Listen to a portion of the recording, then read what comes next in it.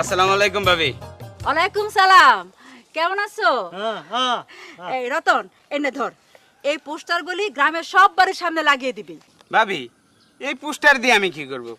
তাছাড়া এই পোস্টারে কি লেখা আছে? ও, তুই তো আবার লেখাপড়া জানিস না। শোন, এই পোস্টারে লেখা আছে বাল্য বিবাহ বন্ধ করি এবং গর্ভবতী মায়ের মৃত্যু প্রতিরোধ করি। বাহ, সুন্দর কথা লেখা আছে।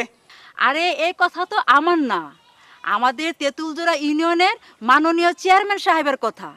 এই পোস্টারে আরও লেখা আছে অল্প বয়সে ছেলে মেয়েদের বিয়ে হলে শারীরিক ও মানসিক ক্ষতি হয়।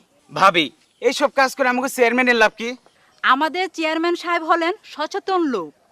উনি চান তেঁতুলজোড়া ইউনিয়ন পরিষদ বাল্যবিবাহ মুক্ত হোক।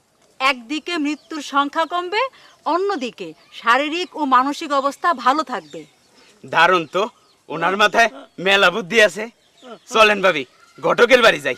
কেন, ঘটকের বাড়ি কি করতে যাব? তারে কব বাল্য বিবাহ বন্ধ করতে, কারণ সে তো গটকালি করে।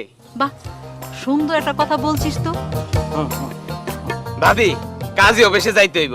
কাজীরে কমু সেও যেন বাল্য বিবাহ বন্ধ করে দেয়, কারণ বাল্য বিবাহ অনেক খারাপ। ওই রতন, তুই তো খুব ভালো কথা বলেছিস। কে বলেছে যে তোর মাথায় বুদ্ধি নাই? চলেন যাই, এক কাজে তিন কাজ করে আসি।